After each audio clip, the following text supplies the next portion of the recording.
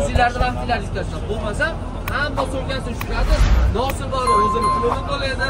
Mumkin bo'lmaganlar hammasi ichidagi narsasining javobini berib keyin chiqadi. Tushundinglarmi? Kelganda Rossiya birinchi marta kelayotganlar metrgani ili ko'k pasportda rasmini bo'lsa telefonda ko'rsatib o'tib ketdinglar. Birinchi marta chiqisizmi? Rasmi bormi? Nos deya. Nosmi? Nos rasm qilasizda. Ha, hozir yerda 10 ming 20 ming so'raydi. Naryoqda 200 rasm bo'lib ketdi. Bombo. Mana akalar olib kelmoqchi bo'lganlar telefon qila olasizlar. O'zi Hech ketyapti, xudo xolasa. Olib kelmoqchilar, like, podpisham. Alimenti borlar.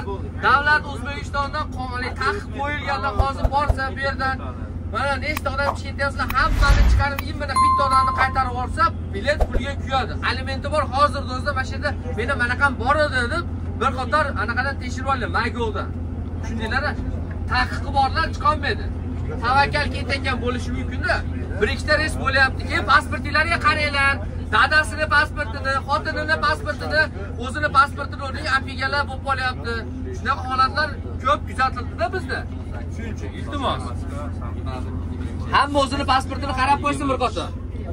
Reysga chiqishdan oldin. Mana akalar, xudo xolasa reyslarimiz bo'lyapti mana. Sizga kerak emas, dadasini pasportini apiga, o'g'li dadasini pasportidan bor, tamoshda urgan, dadasini pasportidan mayda qaramay. Pasport yo'qda. Kelmoqchi bo'lganlarga. Bitta aka xotinini pasportlariga kelgan. Yana xotin kirgan, yana xotin jo'natyapti bo'ylab yozyapti.